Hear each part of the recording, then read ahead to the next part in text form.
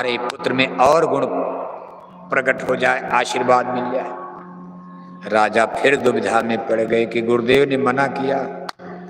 अरे कहा महाराज, विद्वानों की सेवा में, साधु महात्माओं की सेवा में क्या पाप लगना है? राजा ने कहा अच्छा चलो ये भी कर लो। भोजन बना, रानी परोसने लगी, विद्वान खा करके उठ गए। उनके जाने का समय आ गया, दान दक्षिणा दिया जाए। रानी का कहीं अतः पतः नहीं। राजा ने कहा भाई रानी को बुलाओ, विद्वानों की विदाई करनी, अपने हाथ से दक्षिणा देना है। तो पता चला रानी जो है कोप भवन में चली गई। कोप भवन, कोप माने गुस्सा, भवन माने घर। उस जमाने में एक कोप भवन राजाओं के यहाँ बनता था।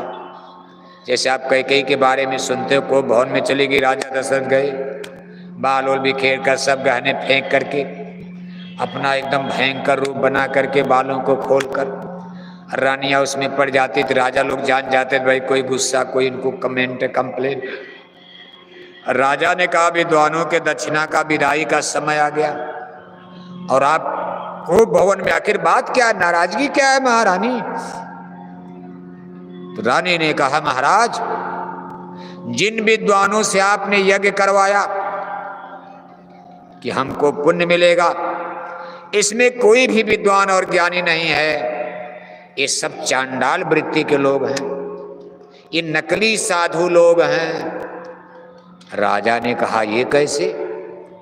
अरे कहा जब मैं इनको भोजन परोस रही थी, ये मुझको आंख फाड़ फाड़ करके देख रहे थे। ये भोजन नहीं मेरी तरफ देख रहे थे महाराज। ये विद्वान नहीं, चांडाल लोग हैं। इनकी आंखें गंदी हैं, खराब हैं, दृष्टि दोष है। ये आपकी रानी को गलत दृष्टि से देख रहे थे। बस राजा तो राजा को क्रोध आ गया, तलवार निकाल ली। कहा मेरी महारानी को इन विद्वानों ने गलत दृष्टि से देखा, इनकी हिम्मत। तलवार उठा करके विद्वानों का कत्ल कर दिया। ये सब कलयुग का प्रभाव देखो, कलयुग लग गया था। कलयुग तो राजा परीक्षित के समय से ही लग गया था, लेकिन अभी राजा महाराजा उतना अधर्मी नहीं हुए थे। धीरे धीरे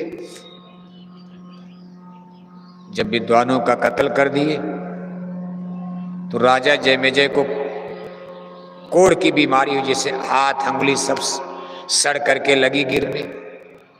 बीमार होकर कुछ दिन में चारपाई पर पड़ गए। एक गिलास पानी उठाना कठिन हो गया, अपंग अपाहिज हो गए। अब वेद व्यास जी वहीं से सब कुछ देख रहे हैं।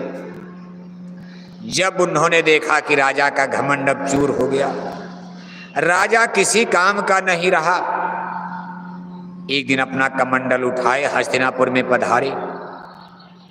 महाराज जयमेजय देख करके व्यास जी को लगे रोने।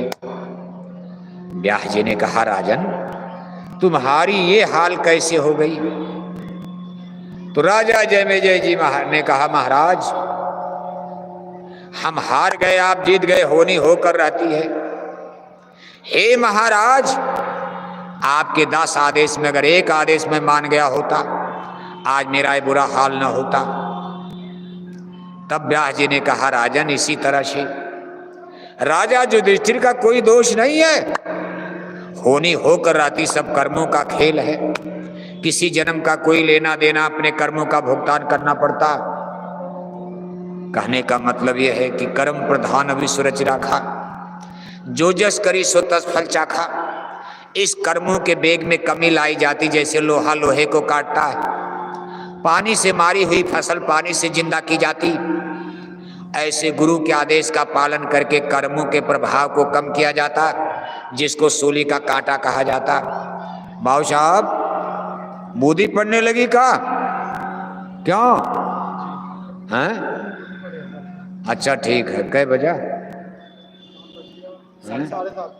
ठीक है चलो, आज तो इतना, अभी तो शुरुआत हुई, तो 5 दिन आप रहोगी ना। अपने अपने डेरे राउटी में जाओ, मौसम बढ़िया, थोड़ा ध्यान भजन जरूर करो। आप इन्हें की खाते पीते सोते यहाँ समय बिताओ, सेवा करो। अभी सेवाएं जगह जगह चल रही। युद्ध के कारण देखो परमिट थोड़ा लेट हुआ तो सेवाएं थोड़ी बाधित रही।